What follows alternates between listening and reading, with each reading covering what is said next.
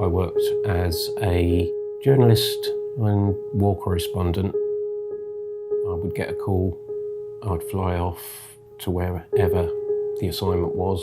I spent 6 months in Iraq, 5 trips to Afghanistan. I got COVID with my partner Claire in December 2020, and that quickly became long COVID, and it's left both of us permanently disabled, and our life now is so very different to what either of us ever imagined it would be.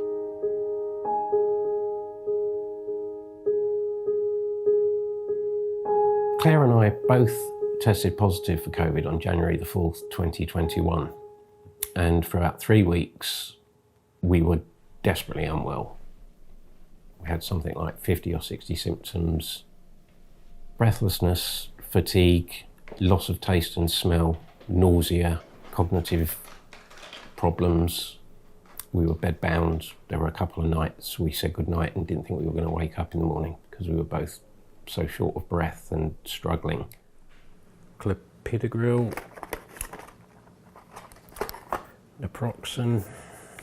These are just the pills that I help Claire to prepare, that she takes every morning.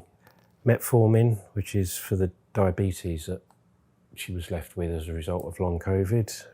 I'm on sertraline, which is an antidepressant, amitriptyline, which is a painkiller, and all of these are a result of long COVID.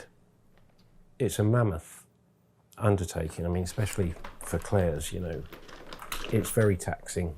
It's something that we both struggle with.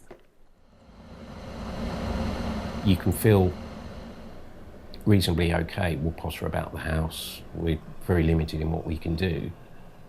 If you over-exert yourself, the crash can come anywhere between a couple of hours or a few days or a week later.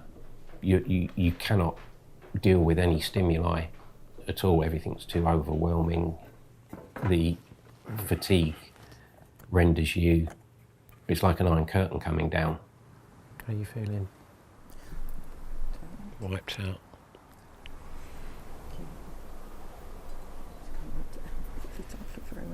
It's all right, love. Sorry. Do you want a hand? Both of us have disengaged, certainly with our GPs, because we've both been gaslit by clinicians who have told us, oh, there's nothing wrong with you, it's all in your head, or no, you're mad, you need an urgent psychiatric referral. That is desperately unhelpful, and it's part of the increasing number of people who think that there's no such thing as COVID, that it's all some sort of hoax. And there's 2 million of us in the UK with long COVID who are evidence that there is far more to it than people realise.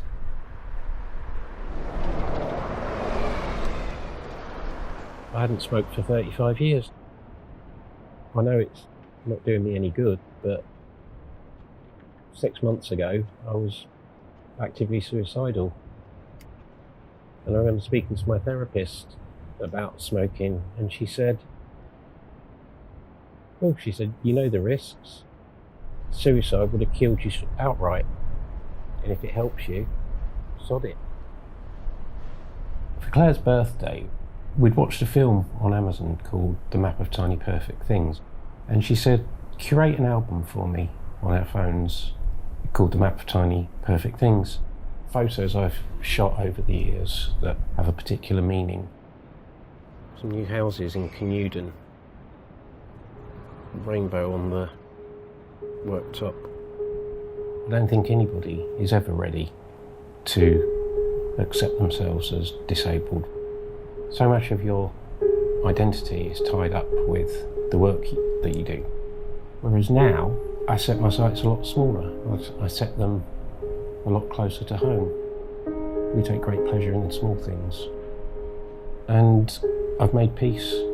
I think I've come to terms with it.